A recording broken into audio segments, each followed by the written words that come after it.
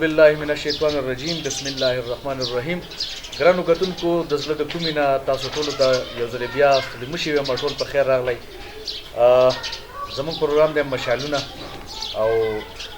تاسو ته پته ده د ایم ټي وي دا یو ډېر بهترین پروګرام دی. تاسو یې خوښوئ، موږ ته پته هم ده. او په دې پروګرام کې څنګه چې تاسو ته موږ مخکې هم ویلي بیا هم درته بیا هم ویلي دي، هغه هنرمندان موږ تاسو سره مخامخ کوو. کوم هنرمندان چې تاسو ډېر زیات په سکرین باندې کتلي او په هر یو ټلویزیون باندې، تاسو په پی ټي وي کتلي دي، تاسو په سټیج کتلي دي، تاسو په خیبر ټلویزیون باندې کتلي، مختلف چینلو باندې، په هر چینل هغه خلکو کار کړی دی او د دې خلکو دپاره یې کار کړی، ستاسو دپاره یې کار کړی، ستاسو مسافرو دپاره یې کار کړی دی، پښتنو دپاره یې کار کړی دی. هغه خلک د هغوی پرسنل ژوند هغه څنګه تیریږي، زموږ دا پروګرام تاسو ته د هغې پیټرن تاسو ته پته هم ده. نن دغه شان راغلي یو، موږ ډېر زیات مزل وکړو. دا چې کوم زموږ دا قدرمن میلمه دی، دا موږ دومره په ګرانه باندې ګیر کړی، تاسو په خدای یقین وکړئ چې زه تقریبا د یوې میاشتې نه لګیا یم چې اشنا ماله ټایم راکړه، اشنا ماله ټایم راکړه، اشنا ماله نه تاسو له ټایم. خو بس هغه هم غریب ګیر دی، ځکه چې د هغه یو خو شو بیز دی، بل د هغه خپل کاروبار هم داسې دی، پرسنل بزنس د هغه داسې دی چې د هغې نه غریب یو خو هم نشي تللی. خو بهرحال موږ بیا هم یو جهان مننه کوو زموږ دپاره ټایم ویسته، او نن یې ماته وویل، بلکې بېګا یې ماته وویل چې بلکل تاسو راتلی شئ. نو هغه هم موږ لږ لیټ شو، خو بهرحال د هغې ته موږ بښنه غواړو. زموږ دغه میلمه د هغې نوم ستاسو لپاره کافي دی چې تاسو ووایئ چې یاره ما نوم واخیست، تاسو به وایئ چې او وایي دا خو دې سړي خو ډېر زیات کار کړی، لکه دا خو موږ خندولي م یو، موږ یې جړولي م یو، او تاسو په خدای یقین وکړئ چې زه خو ډېر زیات جړولی یم. هغه وخت کې چې کله به دوی په پی ټي یو باندې کار کاوه او بیا خندولی م دومره یم چې کله ورسره ما په خپله کار وکړو، ما د هغې سره مطلب کېناستل او بیا خبرې اترې. نو زما د ټول نه بهترین دوست هم دی نن سبا. جی بالکل ستاسو د هغې په منځ کې بیا ښایي لیدل نه غواړم. زموږ نن قدرمن میلمه دی په مشالونو کې عمر ګل صاحب. عمر ګل بیا السلام علیکم. وعلیکم السلام ورحمۃ اللہ وبرکاتہ ومغفرته. څنګه حال دی؟ ښه ټیک ټاک. مخلص بھائی خفه نه چې ستا ته ښه معلومات شته، دا د هر څه دې وکتل. مصروفیت دومره زیات و چې واقعي ته ډېر وخت نه یو میاشت یوه نیمه نه لګیا وي. خو زه معذرت کوم، ما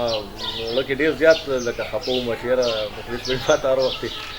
ټلیفون وکړي او زه ورته بانې وکړم. نو بانې نه وې، مطلب دا دی چې بس حالات داسې وو چې ټایم نه میلاوېږي. نو نن دا داسې ورځ وه چې ما مخکې نه پلانینګ وکړو چې یاره دا مخلص بھائی له دا ورځ ورکوو خامخا، ځکه چې ته خو مې دوست دی. باقي زموږ کتونکي چې کوم دي هغه هم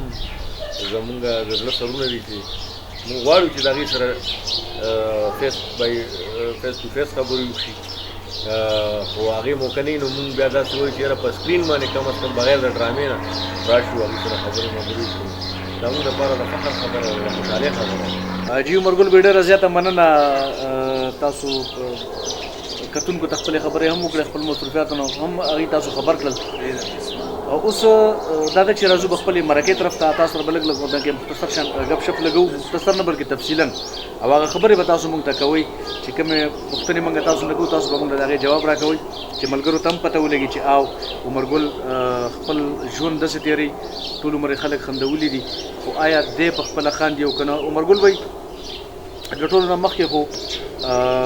ایم ټي وي ستاسو شکریه ادا کوي، او دغه کتونکي چې کوم تاسو ګوري زموږ بهر ملکونو کې، دلته پاکستان کې دننه زموږ پښتونخوا کې کوم خلک تاسو ګوري، ټول د ټولو طرف نه زه مننه کوم. مختصر غونډه کې یو خپل انټروډکشن، خپل تعارف خلکو سره وکړئ، ملګرو سره وکړئ چې یاره ستاسو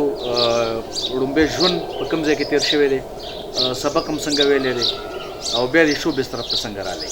ډېره مننه مخلص صاحب، او خصوصا د ایم ټي وي هم ډېره مننه چې تاسو راغلی. او مطلب دا دی چې زموږ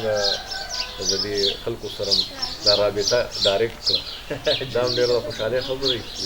او بله خبره دا چې دا لومبی ژوند زموږ خو عام څنګه چې د خلکو وي داسې یو ژوند و، او ډېر ښایسته ژوند و. خپل سکول ته بتلو، سکول مې هم دلته ورسک روډ باندې زموږ ایریګیشن کالوني ورته وي، هغه ځای کې سکول و، هلته نه بیا میډل صدر نه وکړو، میډل هائی چې کوم دا صدر چې سکول زما هلته بیا تلم راتلم او بیا داسې دوران تعلیم لکه کوم وخت کې زه سټوډنټ وم هلک وم کم عمر وم د هغه وخت کې ما د کال شپږم یا اووم کې به سبق ویل 1977 زه فسټ ټایم چې کوم دی نو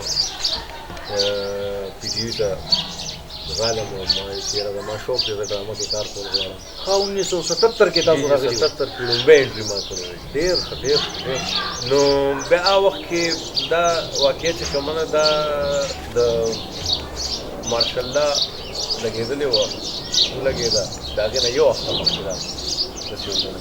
تاسو بیا ټي وي ته راغلي. زه ټي وي ته یو هفته مخکې ما ته پروډوسر وایي چې ته به داسې کار وکړې یو هفته پس به راځي.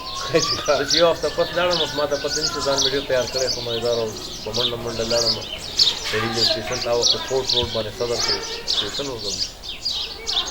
چې هلته ورغلم په هغې باندې آرمي ولاړ و ما چې هغه خبرې وکړې چې یاره داسې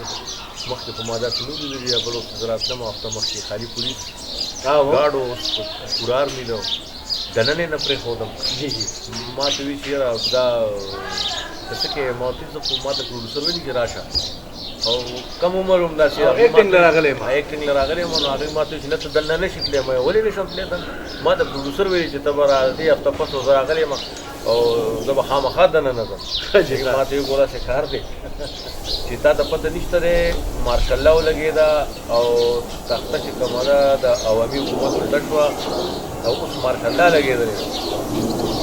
نو ته ګورې دا فوجیان ما چې هلته وکتل فوجیان ته مې وکتل نو عمر هم داسې و چې لکه دومره خو زموږ سټوډنټ خامخا شپږم اووم جومات بس ما الټه خپوره منډه کړم کورته ما خیال دا شو ما یاره کېدای شي بل ملک حمله کړې ده زموږ دښمن ملک او حکومت لاړو او دا خو سرو ده او کېدای شي مور پلار او ایم کړه اوچته کړي چې ته بل خوا روان یې ځان کور ته رسوه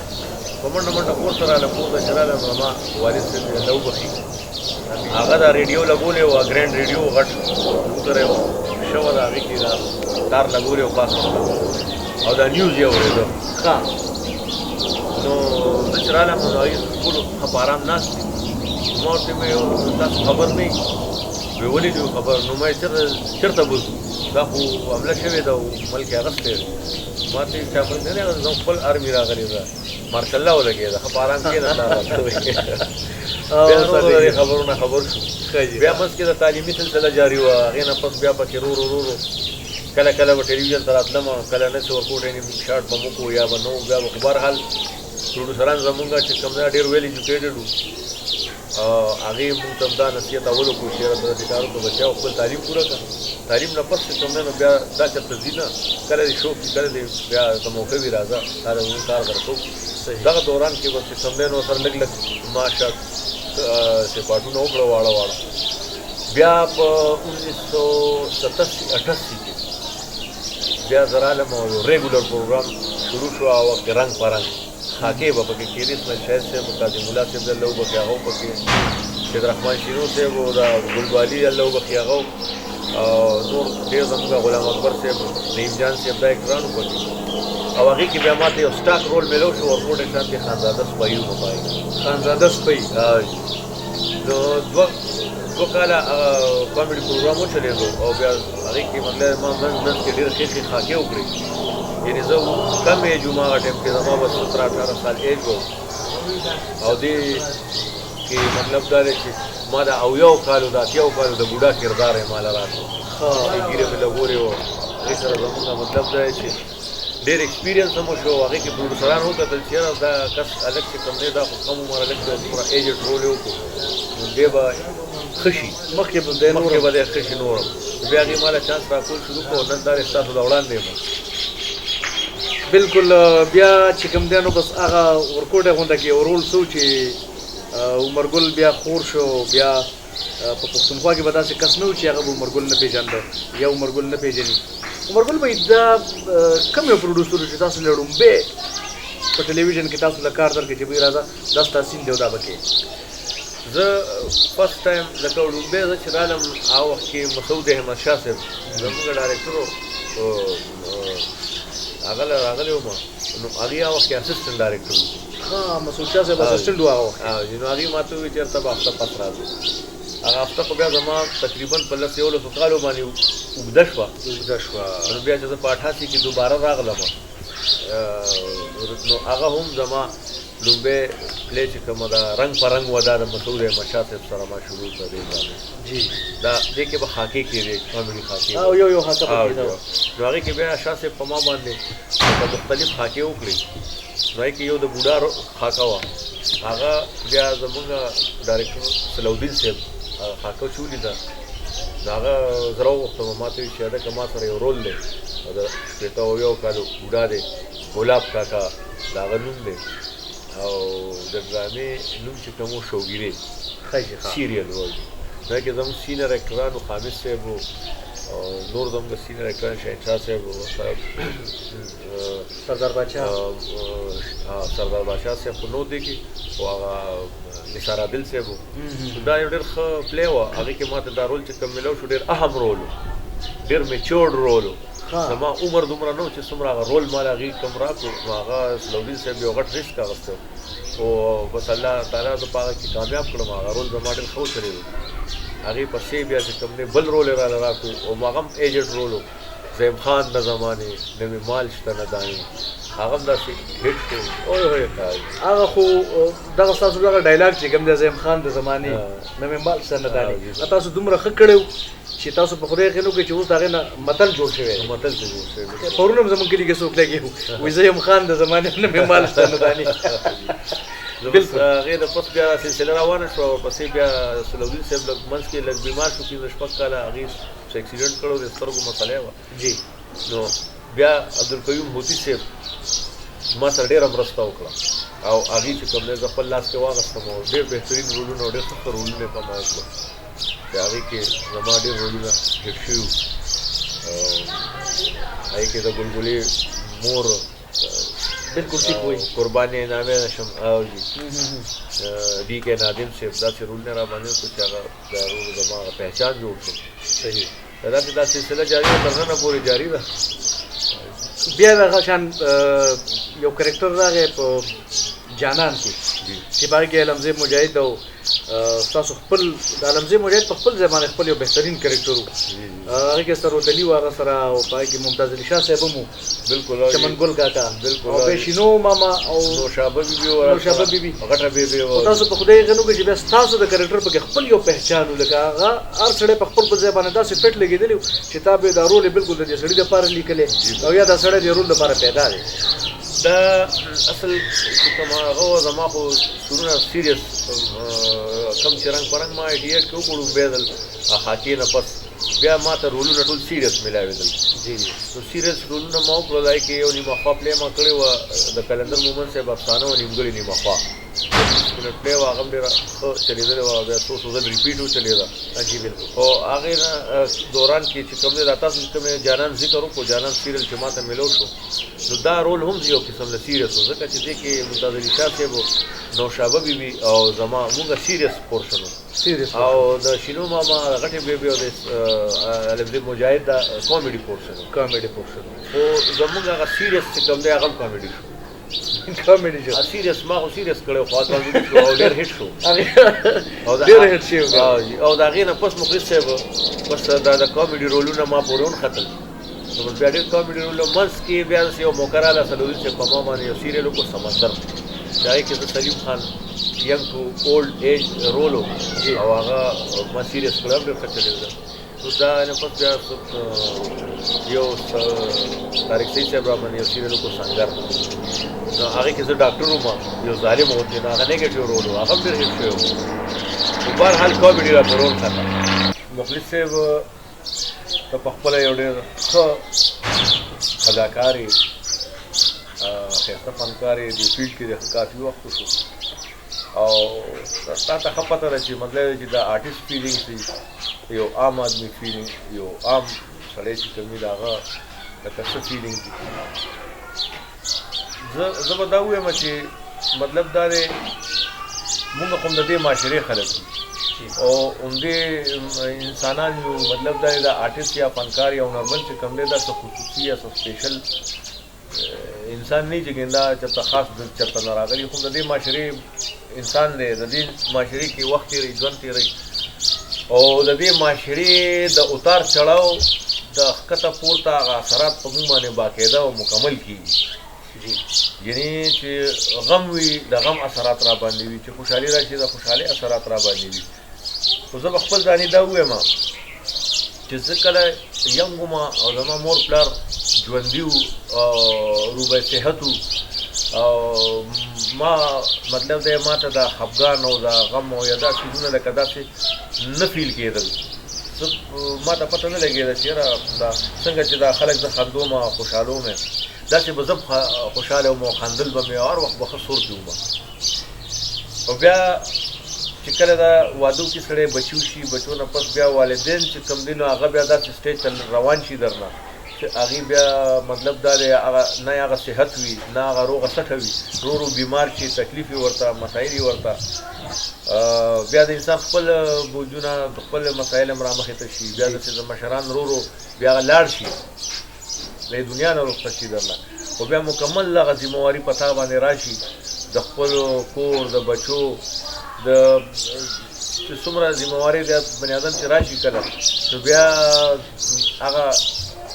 د خلکو کوم تصور چې دی چې یاره دې خلک خندوي او هر وخت به دې به هر وخت خوشحالي او خاندي به نو هغه بیا هغسې نه وي، هغه شی ختم شي، هماغه غمونه یې زړه ته را پرېوځي، هماغه سوچونه فکرونه یې څنګه چې د یو عام سړي سره وي دا موږ سره وي. او بیا دې کې مونږ جاړو خفه م یو کله د مشران لاړ شي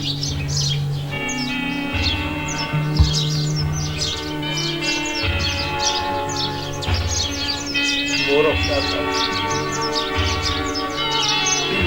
بیا که هر څو د در خوشحاله ساتي هر څو ته د خوشحالۍ اظهار کېښودی موږ هم دومره غمونه لرو په دې سینه کې څومره چې عام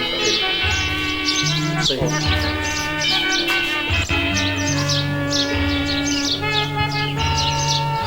معافي غواړم رسول صاحب موږ خپل کتونکو خفه نه غواړو موږ وایو چې زموږ کتونکي همیشه خوشحالې دي خاندي څنګه چې موږ هغې خوشحاله او ساتلي دي او خندولي دي موږ غواړو چې داسې وخاندي خوشحاله وي د هغه نه خو مطلب دی چې حقیقت نه خو مخ نشي راوستلی دا حقیقت دی ژوند حقیقت دی او حقیقت ژوند کې چې کوم دی نو هغې سره دا غمونه تړلي دي موږ کوشش کوو چې ځان خوشحاله وساتو خلک هم خوشحاله وساتو خپلو کتونکو نه به دا سوال کوم چې موږ ته دعا کوي موږ به د هغې مشرانو ته دعا کوو هغې زموږ مشرانو ته دعا کوي چې څوک مړه دي هغې الله وبخي کوم ژوندي دي هغې ته الله صحت ورکړي او الله دې غمونه موږ نه لرې ساتي الله یې زموږ په دې ملک خوشحالۍ راولي خو موږ الله خوشحالۍ راولي چې موږ دا غمونه او دا فکرونه لرې نو ښه وي. جی ګرانو کتونکو عمرګل بھائی سره په خبرو کې مونږ ویلي وو که نه چې همدغه زمونږ هغه کار دی دغه زمونږ هغه مقصد دی چې دوی دا خلک دا ارټسټان دا ډېر سنسیټیو خلک دي دا ډېر حساس خلک دي چې مونږ د دوی راکنو دوی کې بلا خبرې انشاءالله پرتې دي دا به راځي د مور پلار ذکر پکې راغی او چې چېرته د مور پلار ذکر راشي نو او بیا د چا نه وي نو زه یم هغه به کم زړه وي هغه به څنګه انسان وي چې دی به دا زړه به نرمېږي نه او دغه سترګې دغه اوښکې به بهېږي نه. عمرګل بھائی والد صاحب نه خو موږ نه خبر خو مخکې وفات شوی الله دې وبخي او مور بي بي چې کله وفات ونه خدای دې هغې له جنتونه ورکړي هغه زموږ هم د ټولو مور وه ایجټ ښځه وه مشره ښځه وه بزرګه ښځه وه او زه دته بار بار وایم چې خدای نیکبخته دا خو داسې خلک دي دا خدای پاک بر نه حقه بخلي دي تاسو په خدای یقین وکړئ چې هغې بر نه حقه بخلي دي نو مور چې چا نه جدا شي نو خلک وایي که نه وایي په پلار سبا کونډېږي او په مور بېګاله سړی دغه کېږي دا یتیم کېږي که نه نو دا حقیقت خبره چې مور خو مور یو شاعر په اردو کې ما شعر زمان ډېر خوښ دی عمرګل ته ډالې کوم وایي چې ایک مدت سے میری ماں نہیں سوئی تابش میں نے ایک بار کہا تھا مجھے ډر لگتا ہے ما یو پېره ویلي وو چې زه یېرېږم نو تر اوسه پورې زما مور د هغې نه پس خوب ونه کړ چېرې زما دا بچی رښتیا ونه یېرېږي نو مور خو داسې یو هستي ده چې هغه عمرګل بیا جذباتي شو دا دی موږ هم ځان سره ډېر خفه کړو په هر حال ژوند دی ژوند راځي ژوند روان دی دغه شان د عمرګل مور بیبي دې الله وبخي غم لاړه د دنیا نه بله ورځ به داسې یو وخت راشي چې موږ به نه یو ځکه چې دا یو سلسله روانه ده دنیا شکسپیر وایي چې دنیا یو سټیج دی هر سړی راځي په دې خپل کردار کوي او هغه بیا د پردې نه شاته کېږي هغه ځي بیا بل کرکټر راځي هغه ودرېږي عمرګل به څومره موده کار وکړو اوس به د هغې مطلب دی چې الله دې ورله ډېر عمر ژوند ورکړي ډېر عمر ژوند دې ورکړي دغه شان به موږ هم نه یو چې دوی نه یې خدای مکه بیا به د دې بچي راځي بیا به د هغې بچي راځي دا یو سلسله روانه ده عمرګل بھائی تاسو موږ ډېر جذباتي کړو خدای شته موږ خو بغیر د ملګرو نه اجازه هم ونه اخیسته او کیمره هم بنده کړه پکار دا و چې موږ بریک اخیستی وو خو بهرحال کم داسې یو یادګار لمحه ده په ټلویزیون په حواله باندې تاسو ته یم د شوبز په حواله چې هغه تاسو وایئ چې دا زما د ژوند یو یادګار یو لمحه ده چې کله هم زه کښېنم ماته دا رایادېږي بار بار کومه داسې یو وخت و چې تاسو هغه وخت بار بار یادول غواړئ نو دا یو لمحه چې کومه یو پلی وه زما نیمګړې نیمه خوا د کلندر محمد صاحب افسانه دا خو هغه پلی نه وه ستاسو چې پکې اس به وي حقه هغه ډرامه هغه د دې ډرامې تشکیل نورالبشر نوید صاحب کړی جی خو چې کله ما ته په ډولبي ځل دغه رول میلاو شو دا لیډ رول و یعنې مین رول و هیرو د دې ډرامې بالکل جی بالکل نو زما ذهن کې زما توقعات هم داسې نه وو چې یاره ما ته راتلو سره یو دوه واړه رولونه میجر رولونه ما وکړه ورپسې एकदम ما ته فل لیډ رول میلاو شو زما یقین نه راته چې یاره دا رول ما نه راکړی دی چې هغه یو ډېر مین رول و او یو ډېر اهم رول جی نو جازونه دلته ډېر راځي ځکه چې ایرپورټ موږ سره نږدې دی عمرګل بھائی کور بالکل ایرپورټ سره نږدې ده نو په دې وجه موږ کله خبرې په مزه کوو کله تیزې کوو خو تاسو به خاطر نه درنه وایي دې کې لږ شور راشي اواز راشي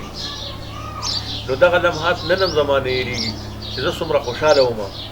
مخلص صاحب زه تاسو ته نه شم ویلی چې ما ته کله سکرپټ راکړو بیا هم زما یقین نه راتلو چې یاره دا مین رول د دې ډرامې ما نه میلف شو او ما ته پروډوسر دا به ته یادې ټوله شپه ورته ناست وم ټوله شپه ما روم کړې وه زما یادولو بیا مې هم دا هغه نه و بیا څه نه سهار لاړ شم ورانېوالي چې یاره دا په بل چا به وکړو یاره ته که نه نو ډېر زیات خو هغه لمحات هغه د په ما کومه خوشحالي وه او کم داسې یو مطلب ما دپاره یو ډېره یو داسې خبره وه چې زه اوس هم تاسو ته نه شم بیانولی چې زه حیران وم چې دا نو ما نه هېرېږي صحیح حقیقت خبره عمرګل بھائی د دغه ډرامې یو کرکټر یو ډایلاګ چې کوم هغه ټول کرکټر داسې یو چې هغه ما کته نو خدای شي لکه زه چې کم بس داسې زړه چې هغه به جوړولې نه تاسو کړی ډېر بهترین و کنه تاسو کمال کړی ډېره ښه پلی وه د هغې چونکې داسې ډایلاګ خو یې ما ته پوره نه یادېږي خو زه چې کله د خان په کنډر کې اوسېږم او هغه ته لاړ ورشم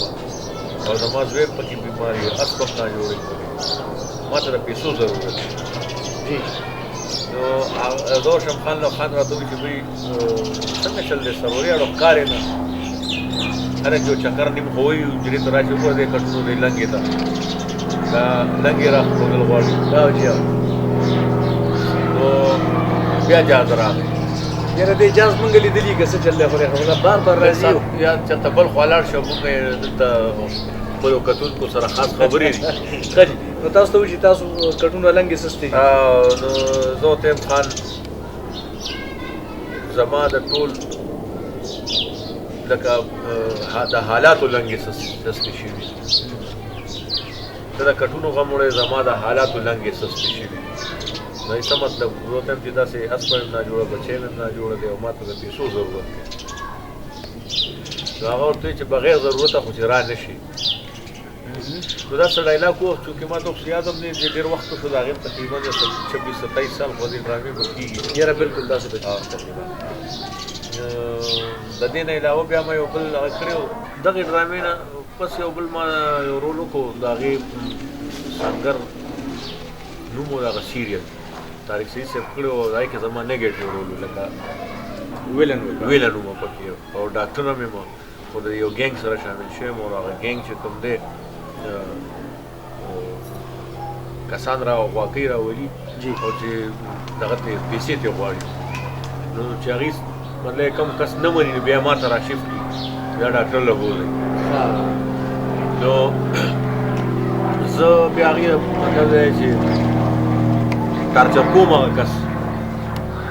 انجکشن ولا وخی چا انجکشن چا نوکان وباسم چا په پلاس باندې همداسې هغه راشي کومه وخه مخه که نه چې دی دغه شي را پیسې ملاو شي نو یو کس یو راغلی راوستی ما ته زه ورته وایم چې دا هغه ډایلاګ ما ته یاد دي ځکه هغه ما ته وایي چې 2 کروڑ روپۍ ترېنه غواړو مونږ نو ما ته وایي چې یاره ستاسو په دې شرط کې څه لږ ترمیم نشي کېدی نو زه ورته وایم چې ترمیم سیاسي غوندې اصطلاح ده او د سیاست نه د سختې لهجې په سیاست کې ترمیم په لیدې کېږي او زموږ اصول صرف اغوستل دي دا هغه ډایلاګ ما ته اوس هم یاد دی ډېر زبردست یو بله ډرامه هم کړې وه هغې کې زه د ممتاز علي شاه صاحب سره ناظر یم او هغه سیاسي سړی وي او زه د هغه لپاره سیاسي بیانونه چې کوم دی نو ورکوم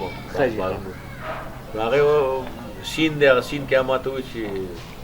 په هغې کې زما غلام زما ښه نوم یې پکې ښه نوم رانو سیر دی خو ما ته وایي چې یاره پروانه صاحب چې پروانه صاحب زموږ مخالفین زما خلاف په اخبارونو کې دا بیانونه ورکوي تاړو چې ته یو بیان زموږ د طرفه ورنکو په دې اخبار کې نو ما ورته سبا به راشي وایي مثلا څنګه بیان به نو ما زه ورته یم هغې کې زما د هغه دا شي زه ورته یم باید چې امن کمیټي جوړه کړی شي او په دغه کمیټۍ کې بېطرفه خلک وټاکلی شي چې سترو اهمو مشرانو سره تماس ونیسي او په کړکېچنو حالاتو باندې غور او فکر وکړي هغه وایي یاره پروانه صاحب دا بیان مې زما خوښ شو دا ورکه سبا نو داسې بعضې ډایلاګ موږ نه هېر هم شي ډېر کم داسې بعضې ډایلاګ داسې وي لکه نورالبشر نوید صاحب زموږ یو ډېر زبردست او ښه رایټر دی بالکل جی بالکل د هغه ډایلاګ داسې وي چې هغه د سړي نه هېرېږي نه هغه داسې تسلسل سره او یو کنټینیوټي کې د هغه ډایلاګ وي چې هغه ته یو ځل ووایې نو هغه ستا ذهن کینی بالکل نو هغه تر نن وروسته دې تقریبا یو 20-22 سال شو دې ډرامې هغه ډایلاګ ما ته اوس هم یاد دی بالکل عمرګل بھائی تاسو ټلویزیون نه پس بیا پکې داسې یو څیز منځته راغی چې د هغې ته سی ډي تاسو بیا په سی ډي باندې دا ډېر زیات کار وکړو ایز ا هیرو تاسو بلا ډرامې وکړې په سوونو دغه سی ډي او ټلویزیون پی ټي وي چې سرکاري اداره ده یقینا چې ډېر فرق به وي تاسو څه فیل کوئ د دواړو په منځ کې بیا دغه ولې ختمه شوه کمزورې ولې شوه او تاسو که دې طرف ته راتلئ نو په تاسو باندې څه پابندي خو نه وه ټي وي طرف نه چېرې تاسو سی ډي ته مه ځئ نه ولې چې سی ډي یو فلم ټایپ شی و دا اصل پی ټي وي خو یو اکیډمي وه زموږ لپاره یو اکیډمي ده یو حساب سره ځکه چې هلته مونږ زده کړه کړې ده جی بل دا هلته باقاعده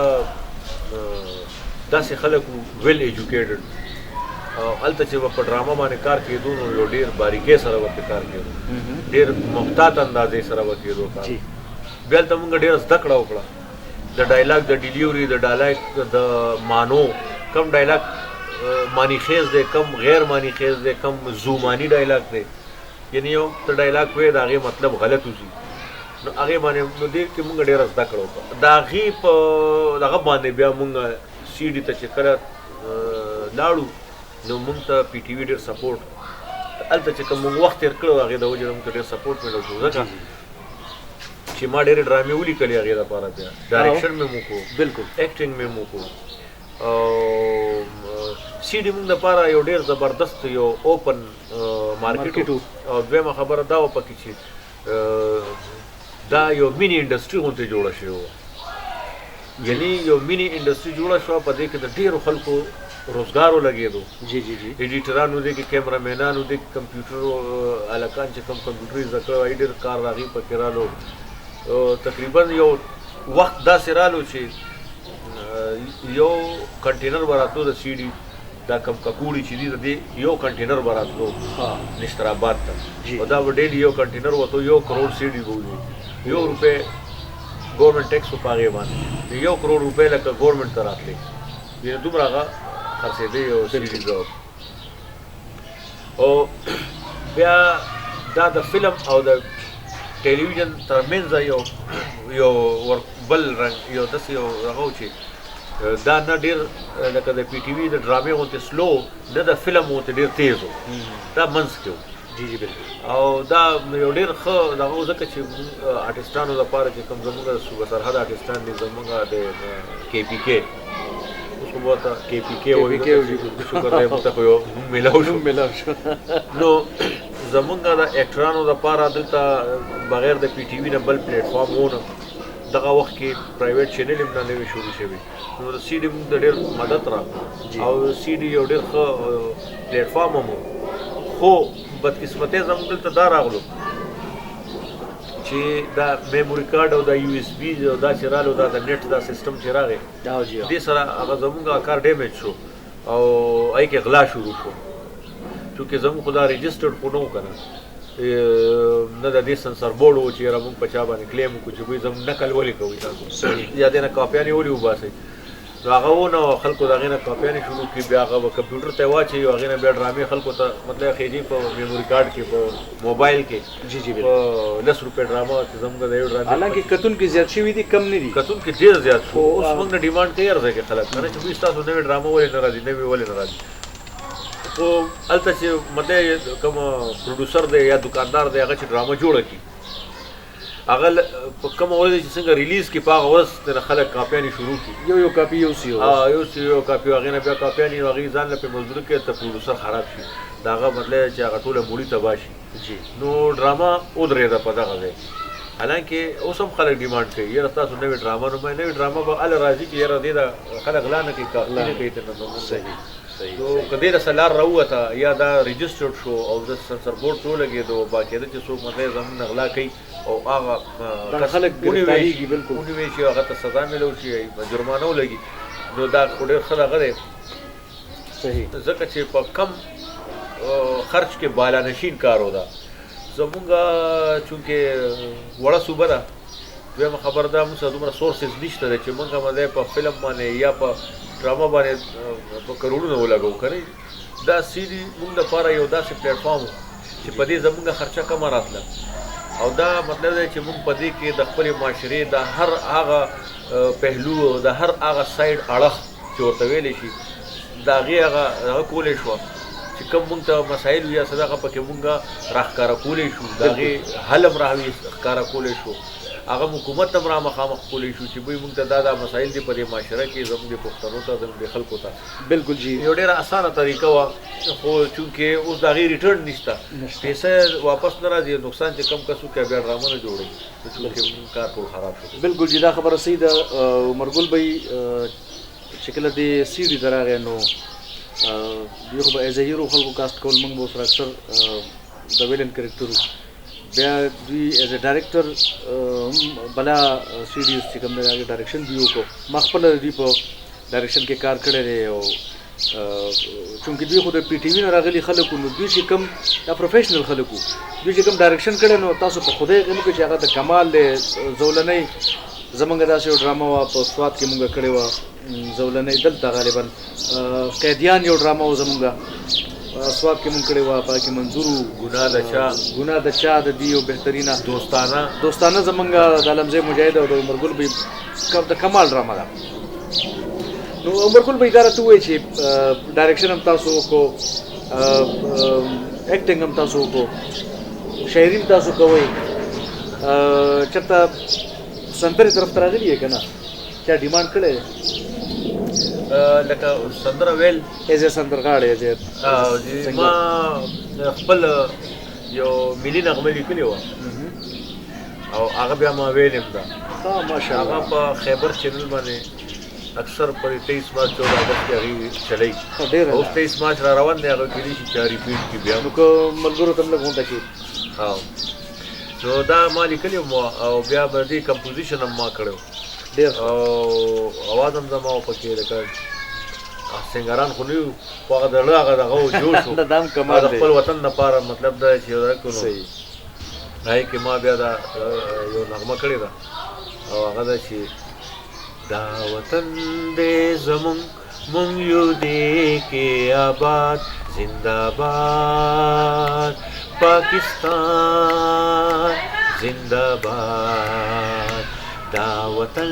دی زمونږ مونږ یو دی کې آباد زنده‌باد پاکستان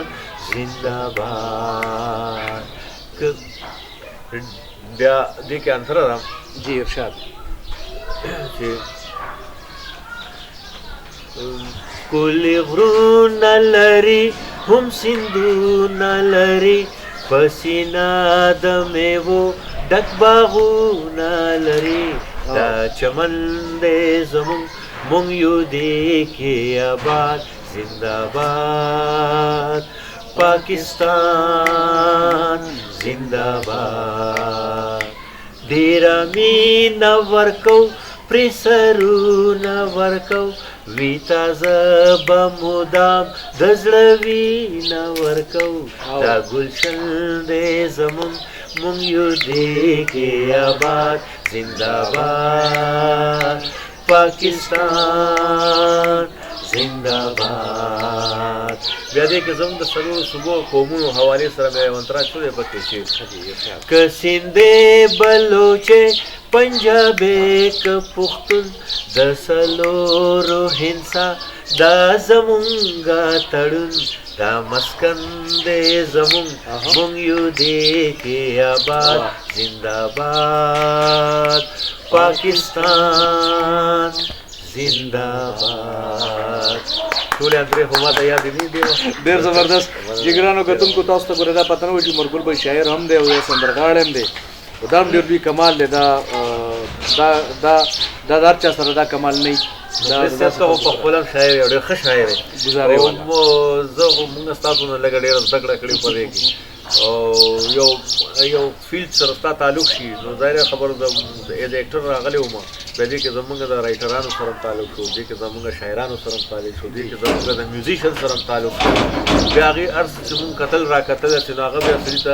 اثرات خو کوي که نه وایي خربوزه د خربوزې نه رنګ خټکۍ د خټکي نه رنګ داسې مونږ بیا رنګ واخیستو ستاسو نه لږ داسې شاعري هم پکې راغله او میوزیک هم پکې راغی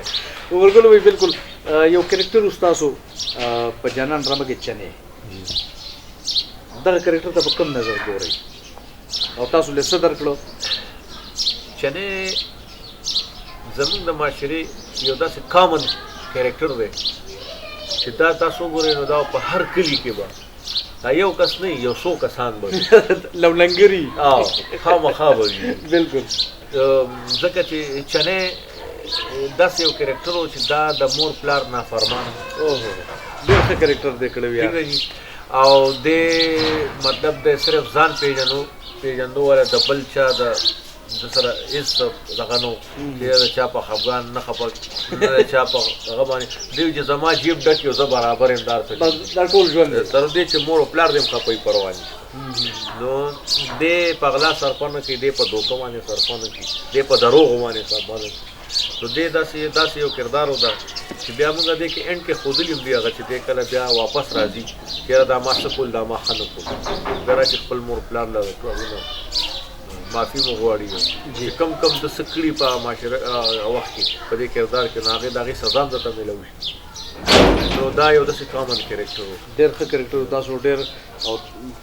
ډېر خلک دي چې تاسو په هغه نوم باندې پېژنئ دا ډېر مشهور شو ډېر هېر رول زما تر ننه پورې چې دا رول مشهور شوی او دغه ډرامه کې چې کوم سړي کار کړی هغه په خپل نوم باندې تر اوسه پورې یادېږي بالکل یادېږي لکه علمزی مجاهد په جانان باندې جانان بیگم جانانه پکې هغه ثروت علي په هغې باندې بالکل علمزی مجاهد نن سبا په امریکا کې ناست دی امریکا کې دی کېدای شي چې زموږ د مرکه ستاسو انټرویو وګوري نو ستاسو څنګه ملګری و څه ډېر خوږ ډېر زبردست ملګری دی زموږ الله دې لري ډېر ښه انډرسټینډینګ و ستاسو جی بل دا چې هغه زما مونږ به اکثر یو ځای ناست وو زموږ بل ملګری دی منظور احمد چې سلطان شاه رول یې کړی دی منظور خان هغه هم درې کسان به او صلاح الدین صاحب به ته هم راسره راتلې کېناستې پاسې ډېر مونږ یو ځای پاتې شوي وو نو مونږ یو ځای لیکل هم کړي دي مونږ ډایرکشن هم یو ځای کړي دي مونږ ډرامې هم یو ځای کړي دي او ته خو مونږ سره وې دوستانه ډرامه کې دې یاد شي چې کله ړومبی وایي چې هغه پیرنټس اوس تا مونږ سره نو هغې کې تا ډېر زیات خندلي وو ډېر زیات مې خندلي وو چې ما تا بیا ورته وایي چې دی ما نه خوا کېږي نو زه به نه خانده تا ته ما ولې خاندې یار ما ته تا ورته وایي چې ته ما ته وګورې ما را خندا راځي او ما به اکثر خبره نیمه داسې وکړه چې هغه ستا خندا نه ودرېده نو دا زمونږ ډېر ښه ملګری عالمزی مجاهد مطلب هغه نه بلکل نیمګړي شوي چا رانتلی دی او د هغه ژوند دغه مزه تقریبا داسې ختمه راته ښکاري حالانکې ملګري ډېر دي خو دا بدن چې کوم دی دې کې ګوره دا لاس خپې دا ګوتې دا سترګې دا هر یو څیز دا د بدن حصې دي که نه دې که دا یو ګوته هم کوی تا ته به احساس کېږي چې دا ګوته مې ولې کمه حقیقت خبره ده نو دا د ملګرو دا ګروپ چې کوي که نه دا د بدن یوه حصه یو بدن یي دا ټول نو دا بېلې بېلې حصې وي د دې که یو ملګری د نه پکې خوا دی خو نور به موجود وي خو تا ته به د هغه احساس کېږي چې دا ملګری عجیبه رشته ده که نه دا شو بهسوس علمزی مجاهد د اشنغر د چارسدي تاسو تاکال اوسېدونکي پېښور او بیا دومره خوږه ورورولي منظور خان د سوات دی زم پکې د 400 دی ما داسې صلاح الدین لالا پکې د ثوابۍ دی دومره ښایسته ګروپ او بیا داسې ملګرتیا او بیا داسې ورورولي چې لکه غم وي نو هغې له هم ځان رسولو او چې ښادي وي نو هغې له هم بیا که نه دا ډېرې خوږې رشتې دي حقیقت خبره ده د سکول او د کالج شپې ورځې مې یو ځای وي که نه خوراک یو طالبان خوراک و یو دغه لاهور ته به لاړم یو ځای وکړو ایوبیا ته عمرې ته به لاړم به یو ځای وکړو دلته به شوټینګ هم به یو ځای مطلب کور کې زموږ دومره وخت نه کور کې زموږ ډېر لږ وخت تېر شوی زیات دی ملګرو کې او دوستانو کې تېر عمرګل بھائی د فلم انډسټري طرف تاسو ته چېرته افر شوی چېرې کرکټر دی دا تاسو وکړئ د فلم مخکې ما یو رول کړی هغه د وینو جام یو فلم و نسیم صاحب الله وبخښي هغې ډایرکټر شاید جهانګیر دی کې دا فلم ما وکړو بیا نه پس بیا ماته دې افر وکړو د بل فلم پیر او فقیر هغه هم جهانګیر خان و پکې شاهد خان و پکې زوما تواب سرحدي او کوم سره هغه فلم ډېر ښه هیټ وچلېدو ډېر هیټ فلم بیا دې ما ته بیا د فلم افر وکړو بیا یو بل فلم مې وکړو حاجي نادر ډایرکټر و د هغې نو دا یو 3 فلمونه مې وکړل خو چونکې هغه ډېر ستړی کار و بنسبت زموږ د دې لکه ایکټینګ ټول ستړی کار دی که نه خو هغه بیا څه بل شانتې ستړی کار و صحیح وخت هم پکې ډېر زیات تېرېدو او مطلب دی چې هغې کې ټایم ورکول ډېر پکار و دومره ټایم مونږ هغې له نه شو ورکول صحیح مطلب چې فلم هم تاسو کړی سټیج ما دلته مطلب چې پروفیشنل سټیج چې کوم شروع کې چې کله د نشترحال جوړ شو نشترحال کې ما یو 8-9 ډرامې کړې وې هغه نظر محمد صاحب به لیکلي اسماعیل شاهد او دا ټول موږ سره خو هغه پراپر ډرامې وې بیا د هغې نه پس ویرایټي شو شروع شو نو ویرایټي شو زما داسې خاص نه وې خوښې بیا ما ونه کړې او صرف ویرایټي شو دپاره د قطر دوبۍ ملیشیا دې ته تللی یم هلته مونږ مطلب دا دی چې دا سټیج کړی دی ویرایټي سټیج ډرامه نه وه خو بس ویرایټي شو به وه صرف دې دپاره چې دا زموږ کوم مسافر ملګري دي دا بهر دي ټول هلته نو مونږ ډرامې خو دوی زموږ ګوري هغې کې مطلب دی زموږ کار هم خوښوي نو راشه چې په دې لاړ شي هلته سټیج وکړي نو دای سره ملاقات هم وشي به هم خوشحاله شي بلکل جي دغې دپاره تللی یم او نور علاوه زما لکه پروفیشنل سټیج چې کوم دی نو دا ما کړي ډرامې مونږ کړې وې او بیا یې نه پس منځ کې بیا ما یو ګیپ راوستو چې زه صرف بس پی ټي وي یا خیبر چینل شو یا داسې نور دا ستاسو چینل داسې ټایپ چینلو ته بس پروګرام ورکوم اوس که افر وشو د سټیج نو تاسو کوئ نه چې ما ډېر وخت شو سټیج ما پرېښی مطلب چې پراپر ډرامه وي او پراپر ډرامه چې بیا ویرایټي شو نه کوم شو نه بلکل ډرامه مطلب ډرامه چې چای کې خامخا کردار وي هغې پته هم لګي که نه او بل د ایکټینګ سړي د مزه هم ورکوي مزه ورکوي دا نن سبا خو شوګانې راځي فلانې او فلانۍ او بس درځه هغه په درځه ګوره د هغې هېڅ مطلب څه مقصد هېڅ هم نشته یې بس د پیسو راغونډولو مشینان دي بس خلک لګیا دي دغه شی یو څو کسان دي بس نښتي خلک خو ګوره دا کار چې کوم دی دا کیمرا شوه یا دا ایکټینګ شوه دا سټیج شو دا وروسته راووته زمونږ په معاشره کې جی جی جی زمونږ معاشره کې دې نه مخکې خو موسیقي وه د هغې دپاره خپل خلک وو د هغې باجا تبلیغ غولو والا یا غانې والا د هغې مخصوص خلک دي زمونږ په معاشره کې تاسو ته پته ده بالکل هغه خلک د هغې دا کار دی چې واده هم لمزي سټیج هم کوي هر څه کوي که نه مونږ خو بارې شوقیه راغلي وو دې فیلډ ته صحیح ٹھیک شو جی دا پکې یو نوی څیز رالو کیمرا و لکه مثال ټلویزیون شو یا سکرین شو دا خو په دې 19مه صدۍ کې وایي چې راغلي دا څیزونه که نه یا 13مه صدۍ اینډ کې و 19مه صدۍ سټارټ کې دا څیزونه شروع کیمرا راله دا هغه شو نو مونږ دې فیلډ کې چې کوم دی رالو شوق نه او ایکټینګ سره مې یو شوق و په دې ټلویزیون به هم ډرامې کتې واړو نو چا چې به د ژړا پاټ وکړو مونږ به وژړولو یا به خندا او به وخندلو هماړه کې داراله چې زه دلته ورشم او مطلب داسې پاټ وکړم چې د ژړا پاټ چې خلک وجړو سره او د خندا یې چې وې خندم هغه شوق په دغه کې رالو ذهن کې هم دا نه و چې دې کې به موږ پیسه ګټو یا موږ له څوک پیسې راکړي دا خو هسې یو قسمت خبره وه چې خدای پاک پکې خلکو د دې کتونکو هغه مینه وه چې موږ یې خوښ کړو او خلک اوس موږ له پیسې هم راکړي چې راشه دا ښې پیسې بالکل خدای یو شوق دپاره راغلی مطلب دا د یو عزت کار دی دا ډېر دروند کار دی خو د بعضې خلکو دا بعضې خلک زموږ د فیلډ ته چې هغوی د لاسه سپک شو دا کار ډېرې کمزوری کو او دې وجې نه اوس ړنې کېږي د بنیادم شعر دی چېرې زه د یا ډرامه وکړم او یا د مطلب سیډي وکړم یا سټیج وکړم بالکل عمرګل بھائی دا راته ووایي چې پرسنل لایف ته راځو ستاسو چې بچي دا خو د دې دنیا یو خوږه میوه ده نعمت دی یو ډېر لوی نعمت دی څو بچي لرئ تاسو الحمدلله زما اووه بچي دي ماله خدای یو لورکۍ مې ده او باقي هلکان دي د خیره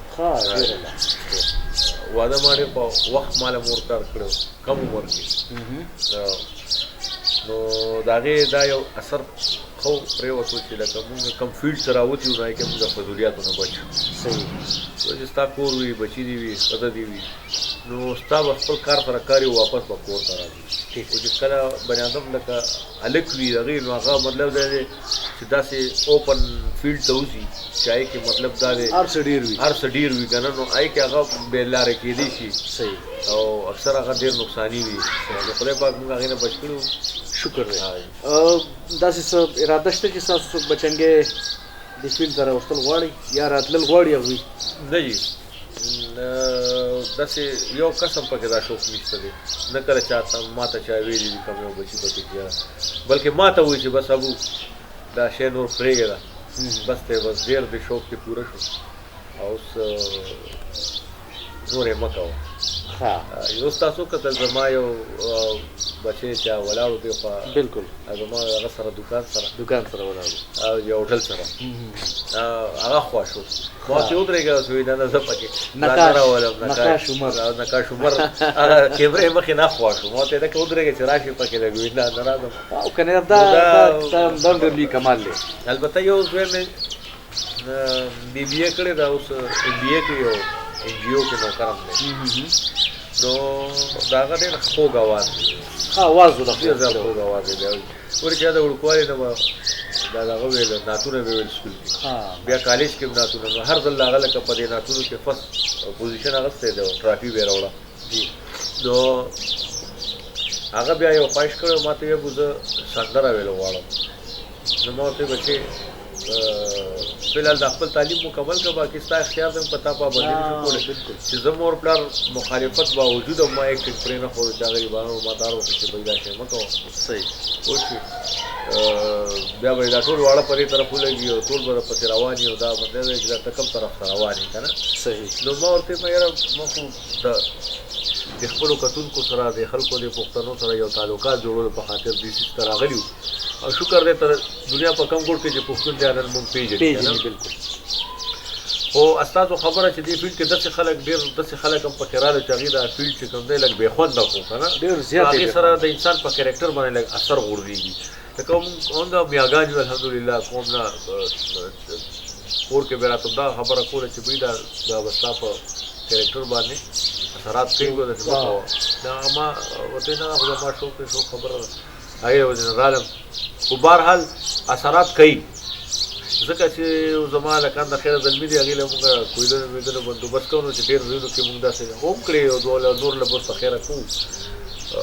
خو بهرحال چې داسې خلک هم پکې وو چې هغې څنګه به زه ولیدم نو یاره دوی سره رشته نه کړو دا خو اکټر دی دا خو اکټر دا خو ډرامو کې راځي دا مونږ خلک چې کوم دی دا شی زموږ پښتانه چې کوم دی ایکټینګ خوښوي اکټر خوښوي خو د اکټر چې کوم دی نو په خپله باندې که تا ورته ووایي نو بیا کیمرې مخې ته هم نه راځي دا هم ښه کار نه دی او که تا سره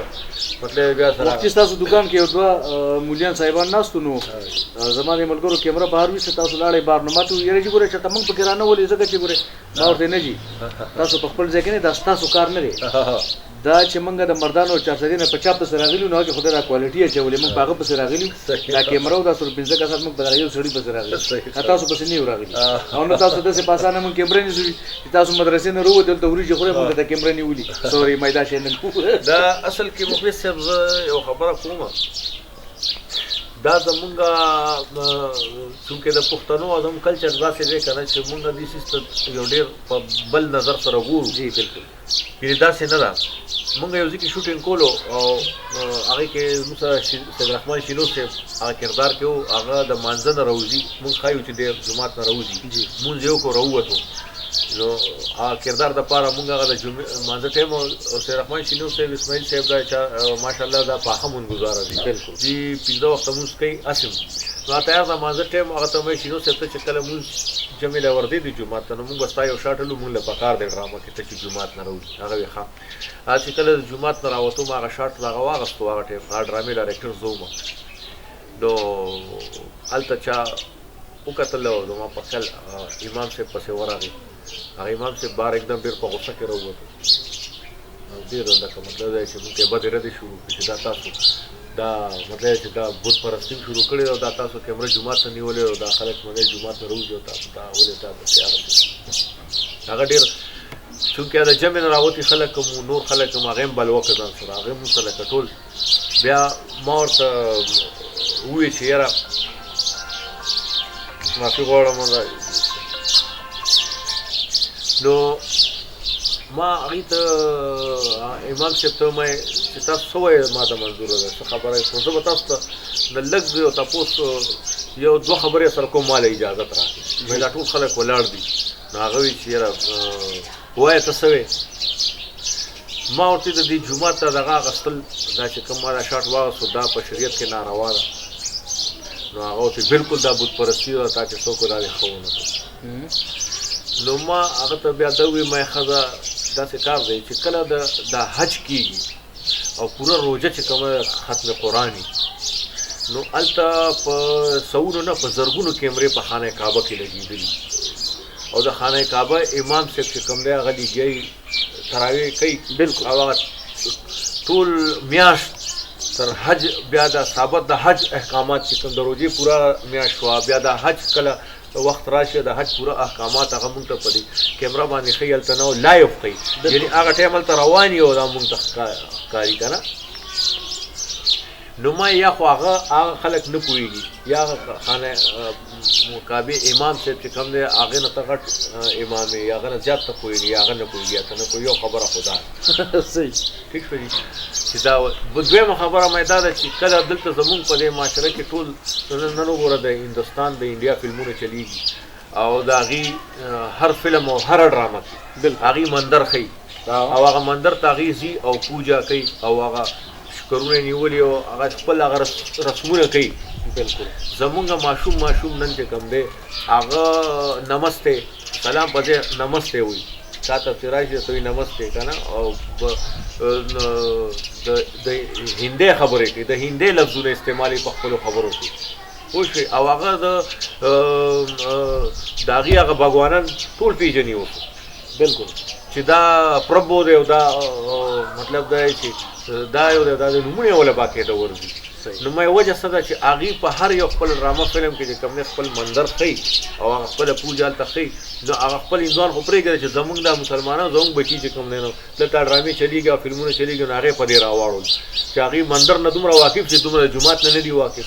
نو که زه خپل جومات راولم په ډرامه کې جومات داسې په طریقې زه راولم چې یاره خلک مونځ ته راځي او مانځه نه راووتو او مطلب دا دی نو دا که زموږ واړه ګوري نو دا ښه خبره یا په بهر ملکونو کې زموږ دا ډرامه چلیږي په نن سبا خو نیټ دی او ډش دی په دې باندې دا چلیږي نو کم ملک چې چا جومات نه وي یا داسې ملکونه چې هغې کې هغې خو به کم از کم دا وګوري چې بهی دا څوک دا کم مذهب والا وي چې او دا څه شی دی کوم ځای ته ننوځي او دا څه کوي دی بل به ورته ووایي چې یاره دا مسلمانان دي دا جومات ته راغله دا مونځ کوي لګیا دي نو دا خو ښه خبره ده په هغه خبرو باندې هغه ما لکه هغه امام صاحب ما چې کله پوه کړو نو د هغې خپل دغه ځای خلک چې کوم هغه ټولو بیا ووایي چې یاره بیا مونږ یې دغه خفه نه شي تاسو خبرې ته ټکو ویلې او د هغه امام خبره امام صاحب یې کنه پوه کړو چې یاره دا ته په دې خبره غلط ځکه یې چې که دا څیز ښه نه وي یا دا څیز باندې دومره سخته دغه وي نو بیا به د خانه کعبه کې به کیمرې نه کیمرې به ترې لرې شي او دا به ترې لرې شي بیا تا ته حج ډایرکټ ښایي دلته جی ګرانو کتونکو عمرګل صاحب موږ سره ډېر زیات وخت تېرم کو او زمونږ انټرویو بس اخري مراحلو کې داخليږي بیا به د دوی انشاءالله موږ نور ګرځېدل مرځېدل به هم کوي که خیر دي عمرګل بھائی ډېرې خبرې وشوې ډېرې خبرې به پاتې هم وي خو دا راته ووایي چې اخري که داسې ستاسو په زړه څه ارمان وي چې یاره زما په زړه دا یو ارمان دی او که چې فرض که دا داسې وشي نو دا به ډېر ښه یا داسې شوی وی چېرته یا زه دې شو بس ته نه وی راغلی و آرمي ته تللی وی یا پولیس ته تللی وی نو داسې څه ارمان شته ستاسو په ذهن زما خو جي خپل ځاني چې کوم په زه چې کله په ښه بده لږ ډېر پوه شوم نو ما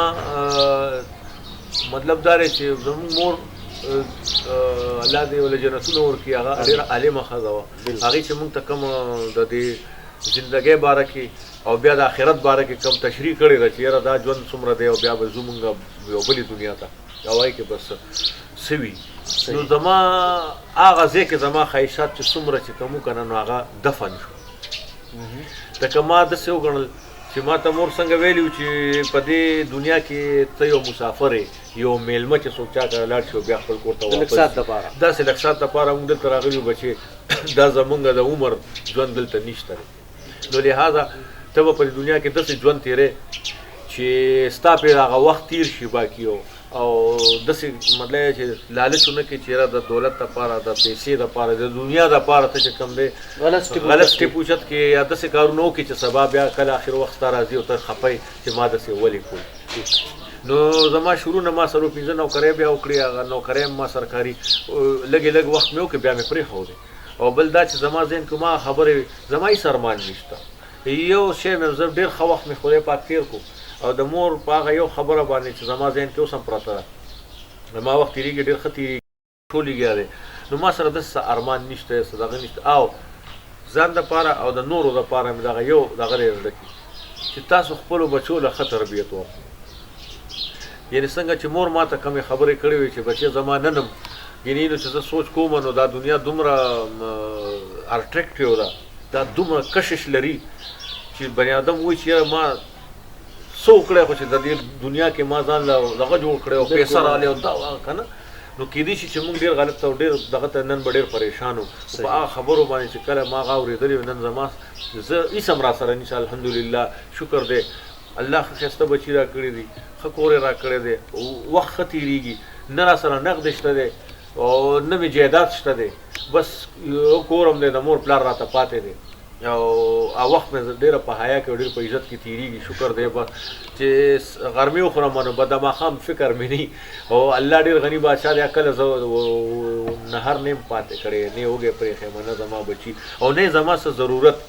نیمګړی پرېښی دی په وخت د ضرورت زما هر یو ضرورت الله پوره کوي ځکه چې ما د مور په هغه یو وینا ما لالچ ذهن کې نه ساتلی نور خلکو ته زما دا یو نصیحت دی چې تاسو هر څه کوئ که بهر ملکونو ته ځئ پیسې ګټلو لا که دلته ځان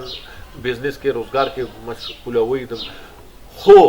د خپل اصلي دولت نه غافله نه شي یا ستاسو اصلي دولت ستاسو اولاد دی چې هغه اولاد تاسو ښه تربیت ورکړو او ښه لارې ته وغورځولو د مرګ نه پس چې نن زه په خپل مور و پلار پسې کمې دعاګانې کومه هر مونځ کې یادومه تلاوت ورپسې کومه چې ما له څه راځي او څه راته مور خولي هغه زه ټول خپل مور پسې او پلار پسې ویمه نو دا دا د هغې ګټه وه که دا یې ما ته نه وی ښودلې نن یې ما ته قرآن نه وی ښودلې ما ته چې کوم دی د الله او د رسول د الله وحدانیت او د رسول محبت زما زړه کې نه وی اچولی نو نن به ما داسې اواګیر به ګرځېدم سهار به 10 بجې را پاڅېدم او د شپې به 3 بجې وده کېدم نه به راته مور یاده و نه به پلار و نه د هغې قبر و نه دعا اوس شکر دی الحمدلله سهار جمعې نه پاس اول هغې ته دعاګانې وکړم هغه وکړم چې مور پلار دی الله وبخښي نو ته یې بخلې بالکل عمرګل بھائی دا خو کله کله زموږ د فنکاران چې کله دغه شي اخري سټیج ته ورسي بیا د ژوند د یو سایډ باندې ولاړي چې هغه ناروغه شي ډېر احترام د زموږ مخې ته راغلل بیا پی ټي وي نه ګیله کوي یا د بل چینل نه ګیله کوي چې دې موږ سره هیلپ ونه کړو دغې متعلق څه دی چې ګورئ دا خو ضروري دی چې ټي وي د خلکو سره نه دا ګورئ دا یقین چې د چا وي که نه په خپل الله باندې چې زه هغه پیدا کړی یم او هغه به تر اینډه پورې زما هغه ذمهوار دی د رزق او زما د هر یو چیز هغه ذمهوار دی که نه چې د ستا دغه یقین نو تا ته به دا مسله دا پرابلم به نه راځي دا زموږ د خلکو دا یقین نه که نه زموږ اکثره او رومیان هم دا یقین وي که زه دا کار وکړم نو دی که ما څه وګټل ځان مې پکې جوړ کړو زما به څه وشي ګینې نو بیا به مې اخري عمر خراب وي نو مونږ په دې ټي وي باندې یا په ایکټینګ باندې دومره تکیه ډېر خلک وکړي چې هغې وایي چې یاره دا که زه دلته مشهور ایکټر شم به زما به مطلب ټولې مسالې به مې حالانکې دا خبره نه ده ګوره زندګۍ کې هر رنګ وخت راځي اتار چړاو د ژوند شته دی خو ته به چې کوم دی خپل هغه یقین په الله ساتي هر وخت ته څه الله مقرر کړي نه کړي نو هغه به رارسي خو چې ته خیر غواړې که نه نو هغه بد به ستا الله پاک ښه وکړي بدلوي بالکل هر وخت نه خیر غواړه او دا غلطه خبره ده چې دا وایي چې یاره ما د پی ټي وي سره یا ما د ادارې دپاره ځان خوړلی دی دا اداره زما ذمهوار دا خبره نشته ستا چې په ځان باندې اعتماد وي که نه په الله تعالی باندې دی باقاعده یقین او بروسه وي نو دا څیزونه دا ځي او راځي او بل دا د خپل مستقبل دپاره انسان له سوچ پکار هم دی که نه چې یو کار تا ته پته چې یو کار دا وروستو وخت دپاره ما دپاره فایدهمند نه دی هغه کار ولې هغه کار کوه چې تا ته پته چې دی که زما تر اینډه پورې چې کم دی نو کم از کم زما خواري باقي هغه د الله طرف نه چې یاره تا نه پکې ښه لیکي او که تا بالکل ټیک خبره بالکل ټیک خبره د الله طرف نه خپل مطلب په رب باندې یقین پکار دی یقین پکار هېڅ هم ګران نه دي عمرګل بھائی خبرې خو مونږ راټولولې خو یو خبره ذهن ته بله راغله چې لکه تاسو چې کوم دور کې راغلې دا وخت اسماعیل شاهد یقینا چې لکه یو ټایم داسې راغی چې بیا علمزی مجاهد او سید رحمان شینو ماما په دې خلکو کې بیا یو ځانګړی مقام تاسو بیا ځان له جوړ کړو عمرګل بیا خلکو پېژانده چې بی د دې اوس بیل سټایل دی ځان نه سټایل دی د هغه نو تاسو د چا نه متاثره وئ چې یاره دې کامیډي لاین کې چې یاره دې طرف ته لاړ شم په کامیډي کې خو ما زما اړو ذهن کې نو چې زه به کامیډي اکټر جوړېږم زما خو زیاتره سیریس رول شروع کې کړي مو دا پکې بالکل دا غیر متوقع دا کار وشو صحیح خلکو زموږ کار خوښ کړو خو بهرحال دویم دې خلکو کې لکه دا زما سوپر سټارز چې ما نه مخکې موجود و دې کې خدای پاک ماله یو نو دا هم چې کوم دی د دې سره د کار کولو په وجه باندې چې د دې خلکو کې زه رالمه نو دا خو مشهورو خلکو پېژندل نو چې دې کې زه رالمه نو ظاهره خبره ده چې یو مشهور سړي سره ودرېږي او تصویر وباسي هم خلک وایي چې هلکه دا خو ولاړې ستا ذهن کې راشي داسې یو هغه خلکو یو دا دویم دا هغې زما رهنمایي کوله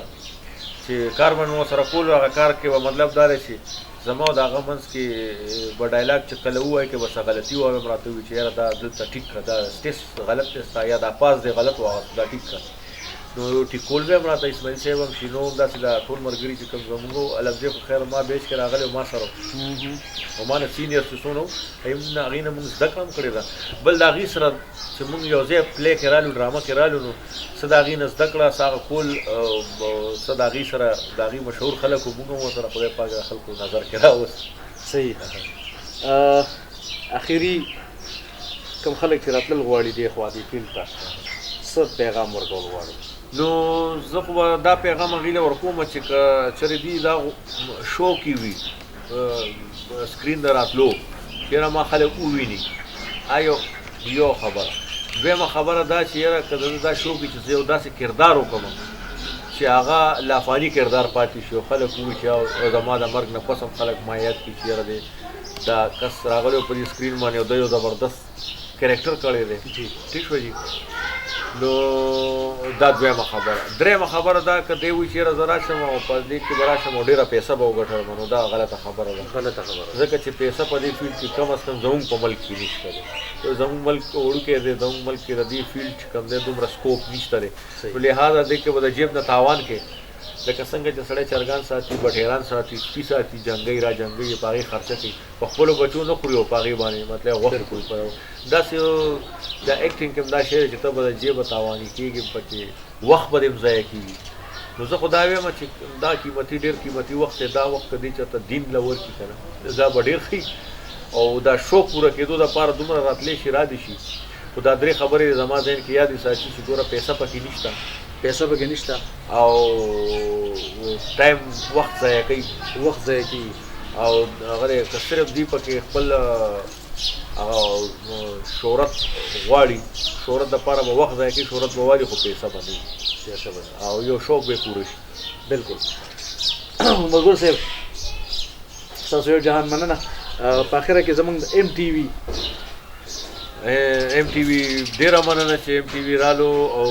موږ له چې کوم دی دومره وخت راکړو، ټایم راکړو چې موږ د خپل خیالاتو اظهار وکړو. او ستا ډېره مننه مخلص صاحب چې تا د ایم ټي وي دا کرو او زموږ دا کیمرمین صاحب، دا ایکټر صاحب او دا انجینیر صاحب دا تاسو ځان سره راوستل او ایم ټي وي به انشاءالله کامیاب وي. ایم ټي وي به انشاءالله یو خپل مقام جوړوي انشاءالله. دا زموږ دعا ده. او ځکه چې دا زموږ یو قسم دا غري ځایونه دي څنګه چې او د استاد لپاره سکول دی، داسې زموږ دپاره چې کوم دی نو چینلې دي. صحیح. چې چینلې وي او چینلې آبادې وي نو موږ به خوشحاله یو، زموږ کتونکي به خوشحاله وي. چې چینل ختم شي خو پوه شه چینل نه وي نو بیا موږ هم ختم وي او زموږ پبلک به هم خفه وي. ایم ټي وي زنده آباد او تھینکس ایم ټي وي. جی ګرانو کتونکو، زمونږ نننۍ مشال، زمونږ نننۍ چې کومه رڼا وه د شوبز، کوم اداکارو، کوم شاعرو، کوم سندرغاړي ښاغلی عمرګل صاحب چې تاسو سره ما مخ په مخ کړ او ما خو چې زه به سره ډېرې خبرې نه کوم، خو بیا هم ډېرې خبرې داسې رالې چې تپوسونه ضروري وو. ما ځان سره بالکل څه کوېسچن نه دی لیکلی چې یاره ګینې د شپې مې دا سوچ کوو چې یاره عمرګل خو یو انسایکلوپیډیا ده، هغه سره به زه څنګه کوېسچنې به ترې کوم، څنګه سوالونه به ترې کوم، هغه سره به څنګه خبرې کوم. خو به هر حال هغه هر څه بس دلته اټومیټیکلی جوړ شو چې یو انډرسټینډینګ شته. ما ورسره کار کړی دی، زما سینیر دی، ما د هغې په ډایرکشن کې هم کار کړی، ډېر څه مې زده کړي هم دي. عمرګل له دې الله ژوند ورکړي. تاسو وکتل چې عمرګل ټول عمر خلک خندولي هم دي، خلک یې جړولي هم دي، خو د هغه خپل ژوند څنګه تېرېږي هغه په دې سکرین باندې هم جړل، خفم شو، غمګین هم شو. نو دا داسې نه ده چې یاره ګینې موږ یو سړي ته وګورو چې دی خلک خندي، دی به په خپله هم خاندي، نه چرې هم نه. جی ګرانو کتونکو، د عمرګل به یو جهان مننه کوو. الله دې ښه د وبال لرو عمرګله، سره د بچو د خدای ستا د باقي زندګي په خیر تېره کړي او په کامیابو سره خدای دې ستا بچو له هم خوشحالۍ ورکړي، خدای دې ستاسو مور او پلار له هم د هغه جان خوشحالۍ ورکړي او تاسو هغې پسې ډېره دعاګانې هم کوئ، موږ به هم په خپلو دعاګانو کې یاد ساتو. ګرانو کتونکو،